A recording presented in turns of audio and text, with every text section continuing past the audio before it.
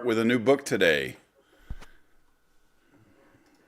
Just got to do a little bit of clicking here. We're starting with a new book today. It's also an Agatha Christie book. It is called, let me bring that up, The Secret Adversary. And I think it's the second major book that she released. It's it's not a Poirot novel. This is a little bit different. Again, we're reading for charity today. When the video's done, there will be a link where you can donate to Everyday Action. Just get launched here. We're going to start reading in about a minute.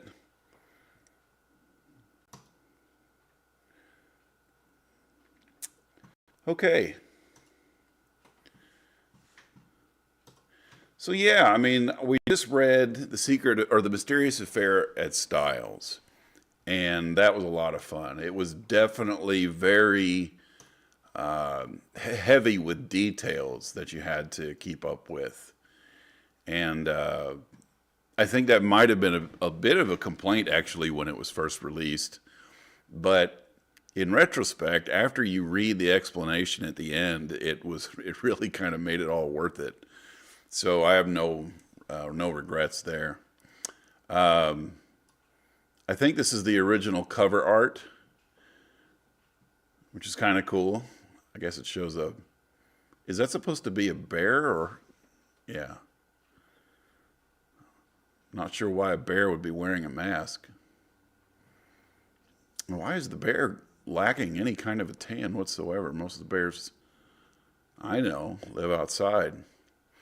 So anyway, this is what we're going to do. There is a prologue to this one, and it's pretty awesome. So let's just get right into it. If you're new here, hi.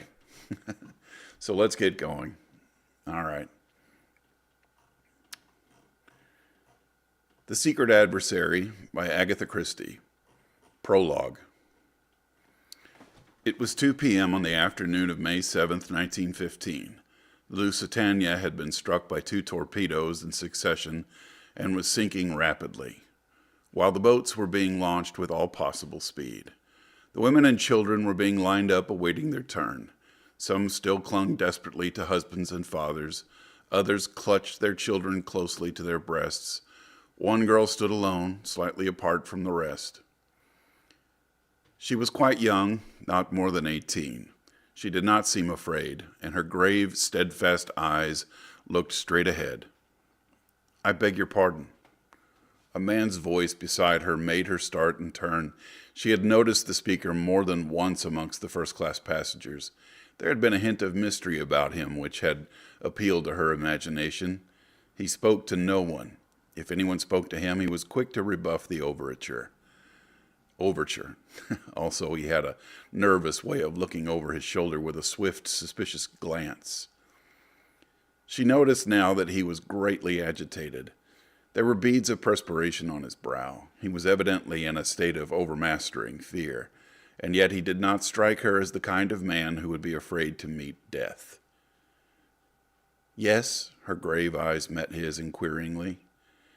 He stood looking at her with a kind of desperate irresolution. "It must be," he muttered to himself. "Yes, it is the only way." Then aloud he said abruptly, "You're an American." "Yes." "A patriotic one." The girl flushed.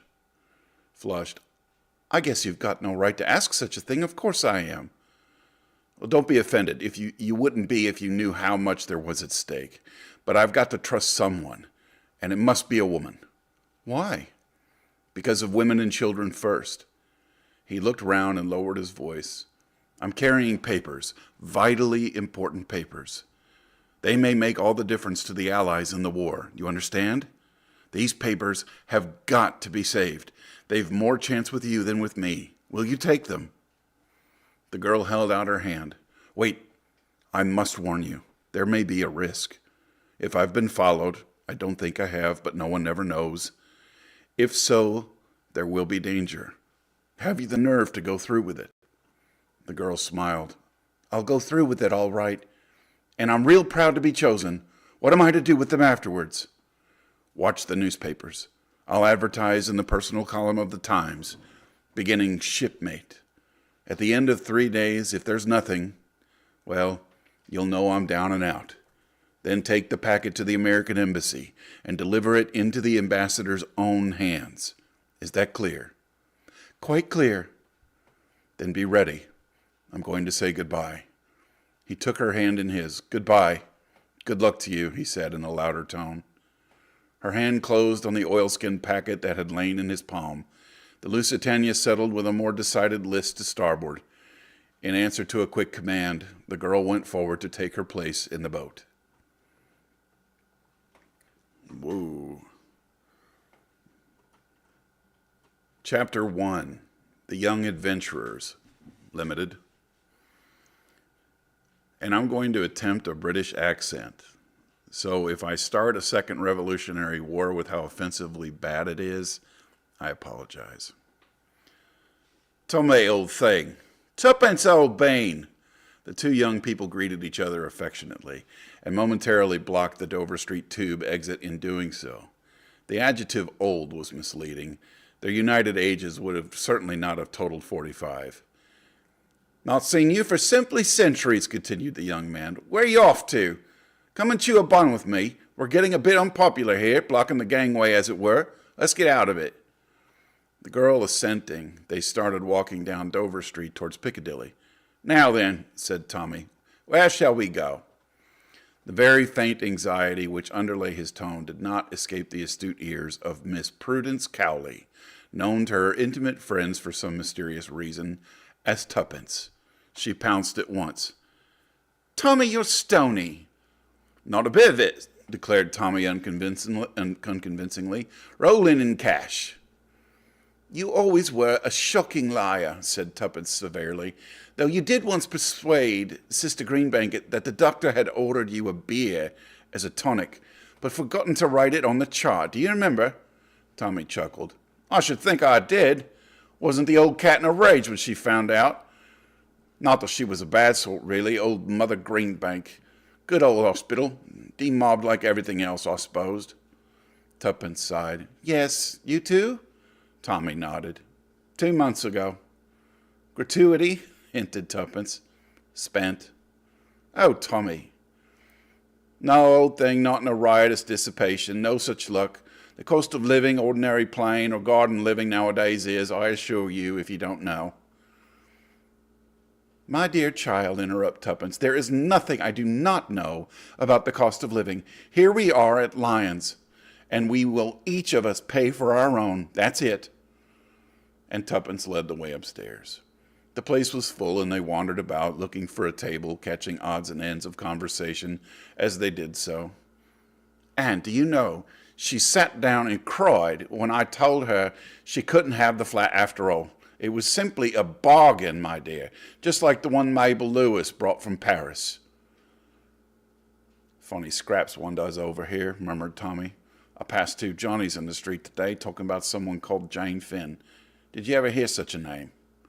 But at the moment 2 elderly ladies rose and collected parcels, and Tuppence deftly ensconced herself in one of the vacant seats. Tommy ordered tea and buns. Tuppence ordered tea and buttered toast.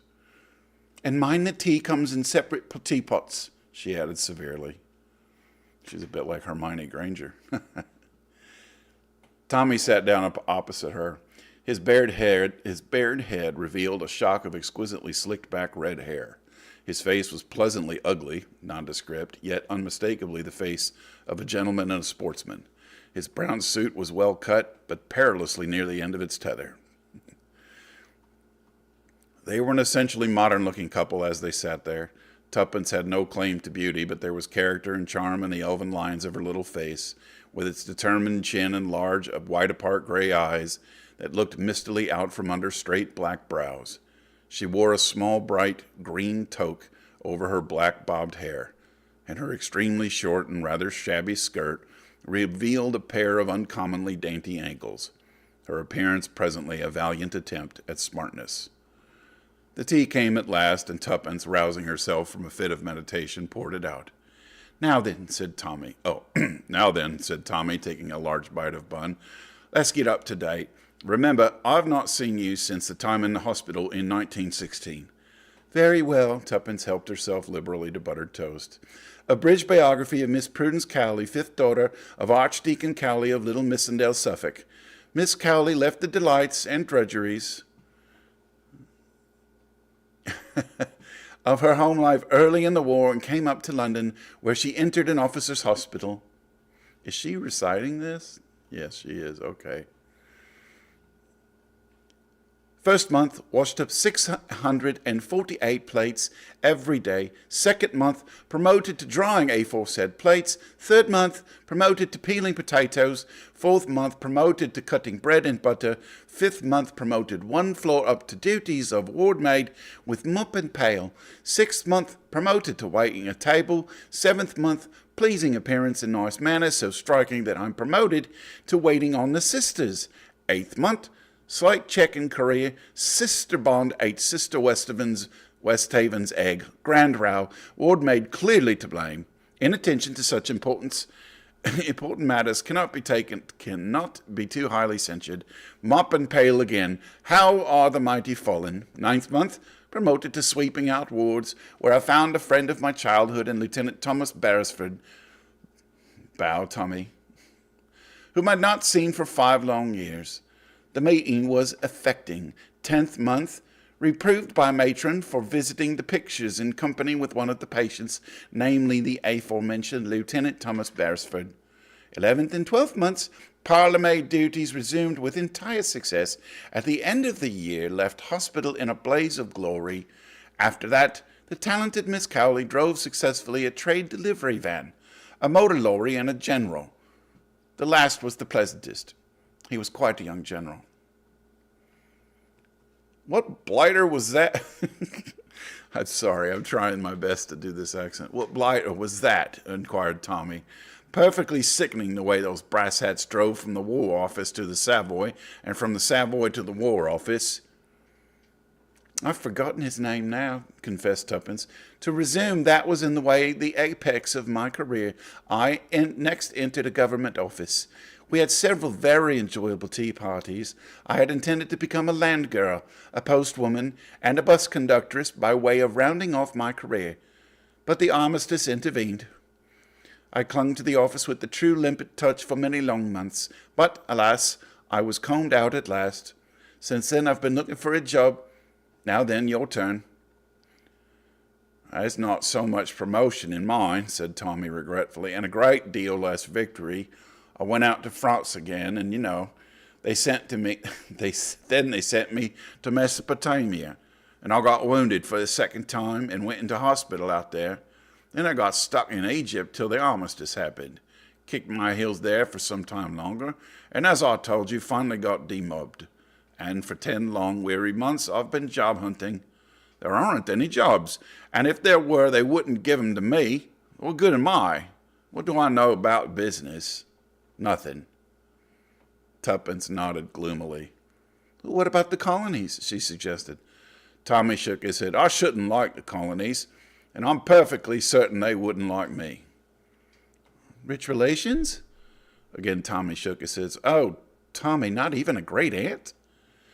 I've got an old uncle who's more or less rolling, but he's no good. Why not? Wanted to adopt me once. I refused. I think I remember hearing about it, said Tuppence slowly. You refused because of your mother. Tommy flushed.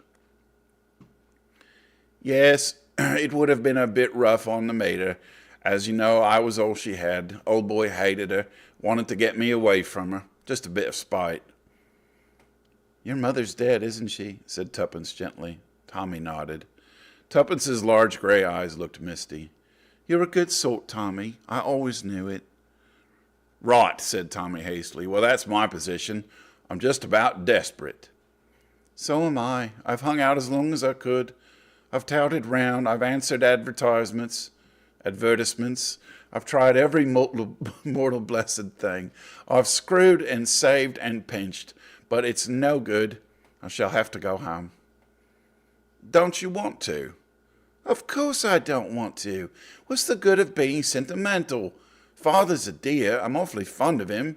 But you've no idea how I worry him.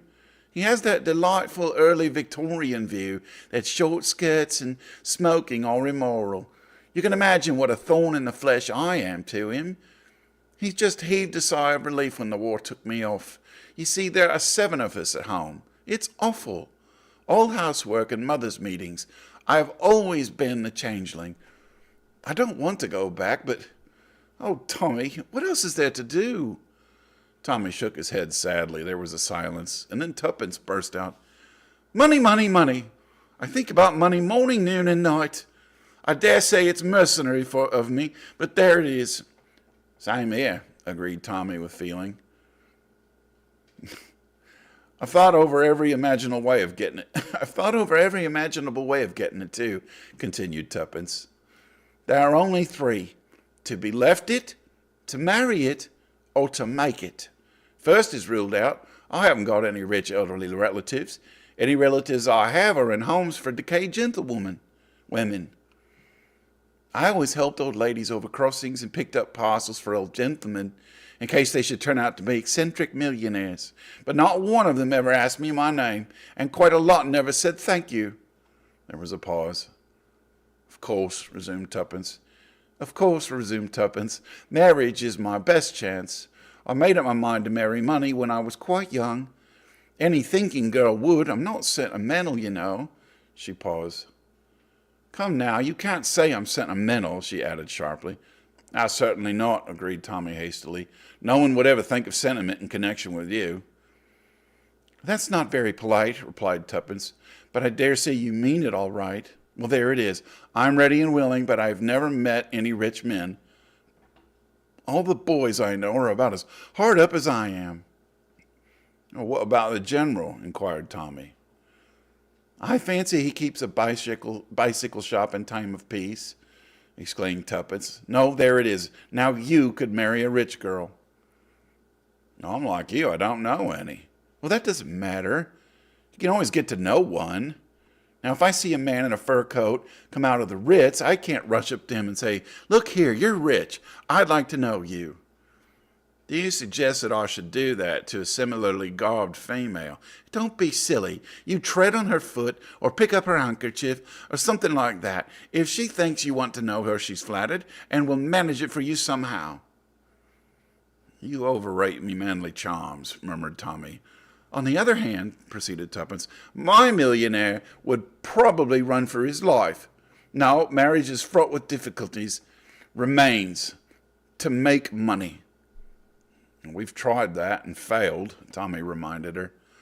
We've tried all the orthodox ways, yes, but suppose we try the unorthodox. Tommy, let's be adventurers. Certainly, said Tommy cheerfully. How do we begin? Well, that's the difficulty. If we could make ourselves known, people might hire us to commit crimes for them. Now, delightful, commented Tommy, especially coming from a clergyman's daughter. The moral guilt, Tuppence pointed out, would be theirs, not mine. You must admit there's a difference between stealing a diamond necklace for yourself and being hired to steal it. There wouldn't be the least difference. There wouldn't be the least difference if you were caught. Yeah, probably not, but I shouldn't be caught. I'm so clever. Your modesty always was your besetting sin, remarked Tommy. Don't rag. Look here, Tommy, shall we really? Shall we form a business partnership? Form a company for the stealing of diamond necklaces. That was only an illustration. Let's have what do you call it in bookkeeping? Dunno, never did any. Well, I have, but I've always got mixed up and used to put credit entries on the debit side and vice versa, so they fired me out. Oh, I know, a joint venture. It struck me as such a romantic phrase to come across in the middle of musty old figures. It's got an Elizabethan flavour about it. Makes one think of galleons and doubloons. A joint venture. Trading under the name of the Young Adventurers Limited? Is that your idea, Tuppence? It's all very well to laugh, but I feel there might be something in it. How do you propose to get in touch with your would-be employers? Advertisement, replied Tuppence promptly. Have you got a bit of paper and pencil? Men usually do seem to have, just like we have hairpins and powder puffs. Tommy handed over a rather shabby green notebook, and Tuppence began writing busily. Shall we begin? Young officer, twice wounded in the war? Certainly not. Oh, very well, my dear boy, but I can assure you that that sort of thing might touch the heart of an elderly spinster, and she might adopt you, and then there would be no need for you to be a young adventurer at all. I don't want to be adopted. I forgot you had a prejudice against it. I was only ragging you. The papers are full up to the brim with that type of thing. Now listen, how's this? 2 young adventurers for hire, willing to do anything, go anywhere, pay must be good. We might as well make that clear from the start. Then we might add, no reasonable offer refused, like flats and furniture. I should think any offer we get in answer to that would be a pretty unreasonable one. Tommy, you're a genius. There's ever so much more chic. No unreasonable offer refused, if pay is good. How's that? I shouldn't mention pay again. It looks rather eager. It couldn't look as eager as I feel, but perhaps you are right. Now I'll read it straight through. 2 young adventurers for hire, willing to do anything, go anywhere. Pay must be good, no unreasonable offer refused. How would that strike you if you read it? It would strike me as either being a hoax or else written by a lunatic. It's not half so insane as the thing I read this morning, beginning Petunia and signed Best Boy. She tore out the leaf and handed it to Tommy. There you are. Times, I think. Reply to box so-and-so. I expect it will be about 5 shillings. Here's half a crown for my share.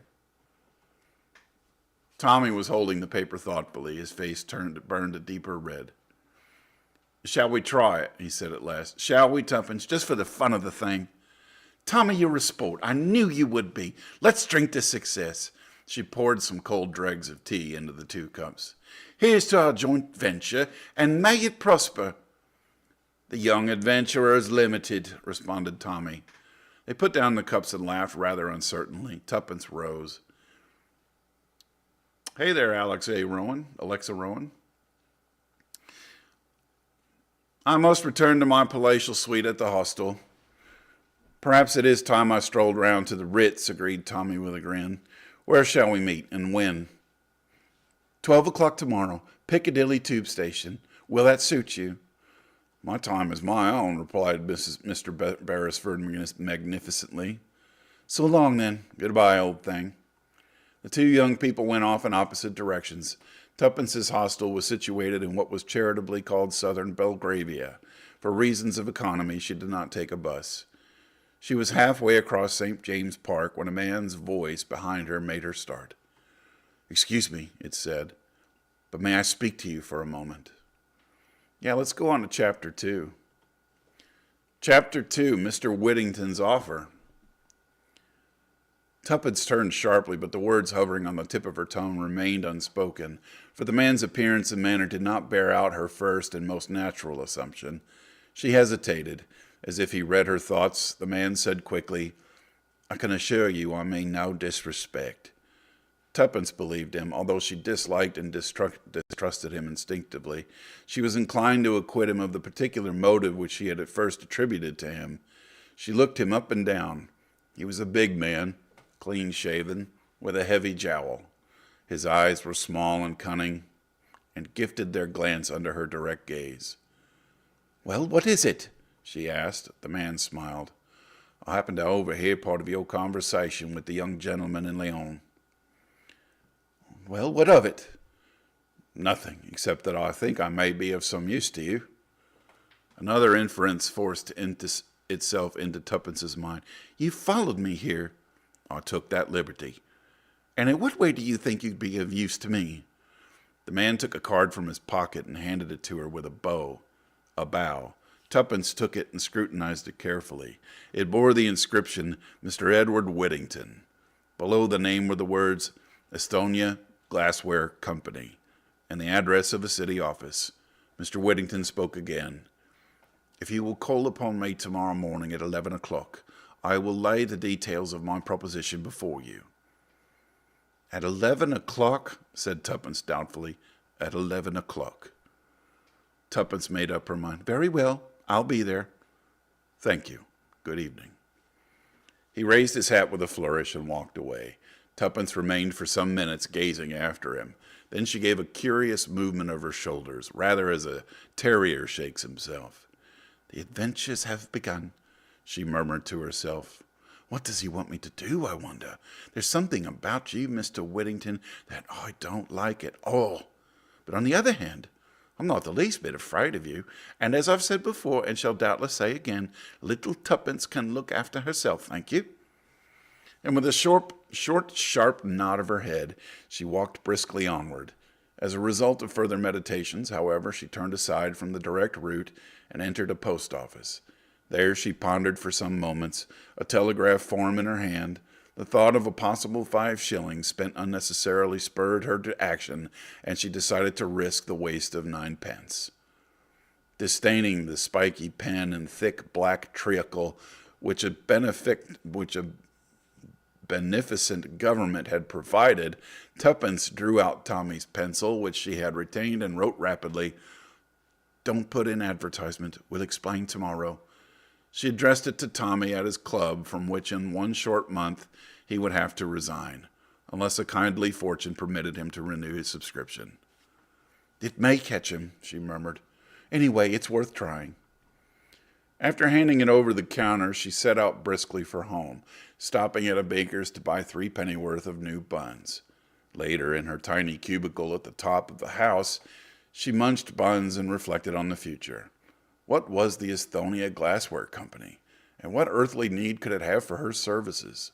A pleasurable thrill of excitement made Tuppence tingle. At any rate, the country vicarage had retreated into the background again. The morrow held possibilities. It was a long time before Tuppence went to sleep that night, and when at length she did, she dreamed that Mr. Whittington had set her to washing up a pile of Estonia glassware, which bore an unaccountable resemblance to hospital plates. It wanted some 5 minutes to 11 when Tuppence reached the block of buildings in which the offices of the Estonia Glassware Company were situated. To arrive before the time would look over-eager, so Tuppence decided to walk to the end of the street and back again. She did so. On the stroke of 11, she plunged into the recesses of the building. The Estonia Glassware Company was on the top floor. There was a lift, but Tuppence chose to walk up. Slightly out of breath, she came to a halt outside the ground glass door, with a legend painted across it, Estonia Glassware Company. Tuppence knocked. In response to a voice from within, she turned the handle and walked into a small, rather dirty outer office. A middle-aged clerk got down from a high stool at a desk near the window and came towards her inquiringly. "I have an appointment with Mr. Whittington," said Tuppence. "Will you come this way, please?" He crossed to a partition door with "Private" on it, knocked, then opened the door and stood aside to let her pass in. Mr. Whittington was seated behind a large desk covered with papers. Tuppence felt her previous judgment confirmed. There was something wrong about Mr. Whittington. The combination of his sleek prosperity and his shifty eye was not attractive. He looked up and nodded. "I saw you've turned up all right. That's good. Sit down, will you?" Tuppence sat down on the chair facing him. She looked particularly small and demure this morning. She sat there meekly with downcast eyes, whilst Mr. Whittington sorted and rustled amongst his papers.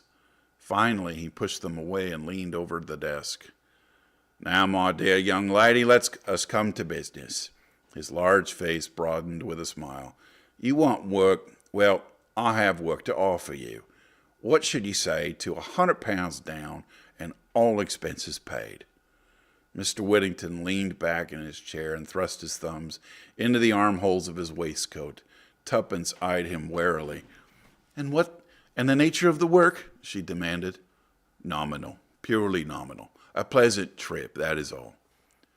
"Where to?" Mr. Whittington smiled again. "Paris." "Oh," said Tuppence thoughtfully. To herself she said, "Of course, if father heard that he would have a fit, but somehow I don't see Mr. Whittington in the role of the gay deceiver." Yes, continued Whittington. What could be more delightful? To put the clock back a few years, a very few, I am sure, and re-enter one of those charming pensionnats de in which Paris abounds. I can't speak French. Tuppence interrupted in, a pensionnat? Exactly, Madame Colombier in the Avenue des Nuits. Tuppence knew the name well. Nothing could have been more select. She had had several American friends there. She was more than ever puzzled. You want me to go to Madame Colombier's? For how long? That depends. Possibly 3 months. And that's all. There's no other conditions. None whatever. You would, of course, go in the character of my ward, and you would hold no communication with your friends. I should have to request absolute secrecy for the time being. By the way, you are English, are you not? Yes. Yet you speak with a slight American accent.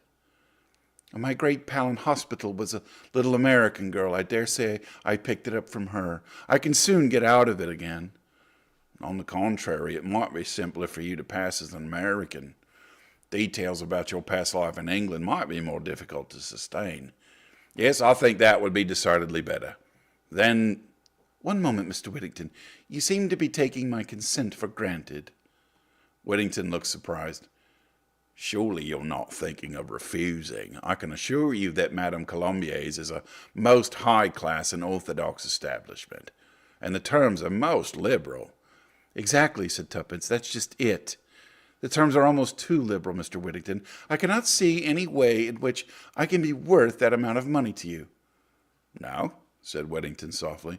Well, I will tell you, I could doubtless obtain someone else for very much less. What I am willing to pay for is a young lady with sufficient intelligence and presence of mind to sustain her part well, and also one who will have sufficient discretion not to ask too many questions. Tuppence smiled a little. She felt that Whittington had scored. There's another thing. So far there has been no mention of Mr. Beresford. Where does he come in? Mr. Beresford, my partner, said Tuppence with dignity. You saw us together yesterday. Ah, yes, but I'm afraid we shan't require his services. Then it's off. Tuppence rose. It's both or neither. Sorry, but that's how it is. Good morning, Mr. Whittington. Now, wait a minute. Let us see if something can't be managed. Sit down again, Miss... He paused interrogatively. Tuppence's conscience gave her a passing twinge as she remembered the archdeacon. She seized hurriedly on the first name that came into her head. Jane Finn, she said hastily, and then paused open-mouthed at the effect of those two simple words. All the geniality had faded out of Whittington's face. It was purple with rage, and the veins stood out on the forehead, and behind it all there lurked a sort of incredulous dismay. He leaned forward and hissed savagely, So that's your little game, is it? Tuppence, though utterly taken back, nevertheless kept her head. She had not the faintest comprehension of what his meaning was, but she was naturally quick-witted, and felt it imperative to keep her end up, as she phrased it. Whittington went on. Been playing with me, have you, all the time, like a cat and mouse? Knew all the time I wanted you but kept up the comedy. Is that it, eh? He was cooling down. The red color was ebbing out of his face. He eyed her keenly. Who's been blabbing? Rita? Tuppence shook her head. She was doubtful as to how long she could sustain this illusion, but she realized the importance of not dragging an unknown Rita into it. No, she replied with perfect truth. Rita knows nothing about me. His eyes still bored into her like gimlets. How much do you know? He shot out. Very little indeed, answered Tuppence, and was pleased to note that Whittington's uneasiness was augmented instead of allayed. To have boasted that she knew a lot might have raised doubts in his mind. Anyway, snarled Whittington, you knew enough to come in here and plump out that name. It might be my own name, Tuppence pointed out. It's likely it isn't. Then there would be two girls with a name like that. Or I might just have hit upon it by chance, continued Tuppence, intoxicated with the success of truthfulness.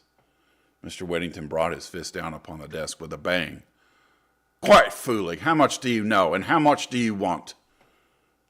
The last 5 words were Tuppence's fancy mightily. The last 5 words took Tuppence's fancy mightily, especially after a meager breakfast and a supper of buns the night before. Her present part was of the adventurous rather than the adventurous order, but she did not deny its possibilities. She sat up and smiled with the air of one who has the situation thoroughly well in hand. "My dear Mr. Whittington," she said, "let us by all means lay our cards upon the table, and pray do not be so angry. You heard me say yesterday that I propose to live by my wits. It seems to me that I have now proved I have some wits to live by. I admit I have knowledge of a certain name, but perhaps my knowledge ends there." "Yeah, and perhaps it doesn't," snarled Whittington.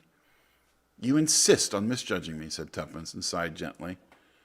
"As I said once before," said Whittington angrily, "quit fooling and come to the point. Quit fooling and come to the point. You can't play the innocent with me. You know a great deal more than you're willing to admit." Tuppence paused a moment to admire her own ingenuity, and then softly said, "I shouldn't like to contradict you, Mr. Whittington." "So we come to the usual question. How much?" Tuppence was in a dilemma.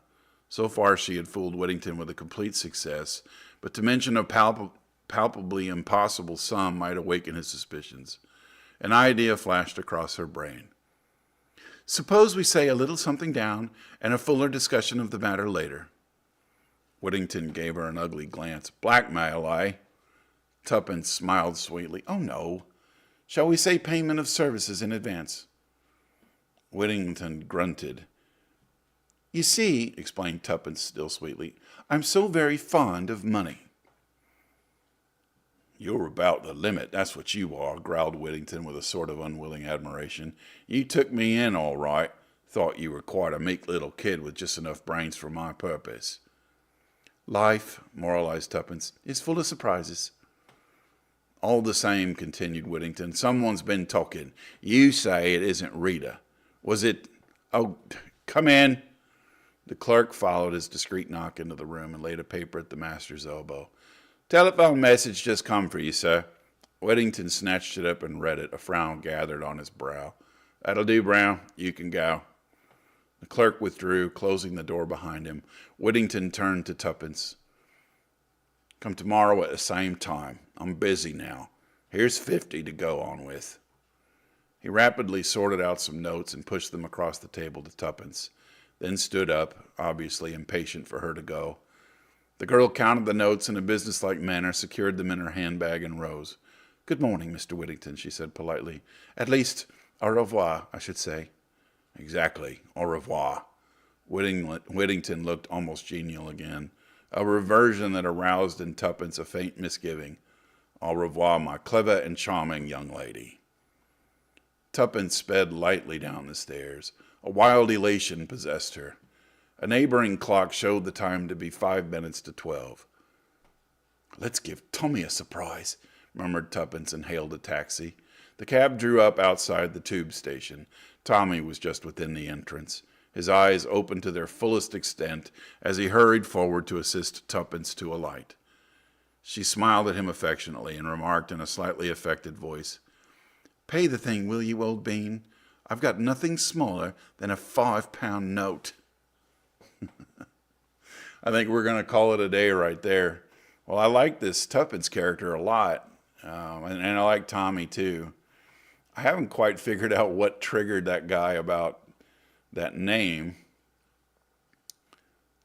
The first name that came into her head was Jane Finn, and that set him off. It's kind of a convenient plot twist.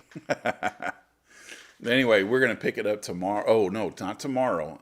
We will pick it up again on Sunday evening at, I'm still thinking 10 o'clock.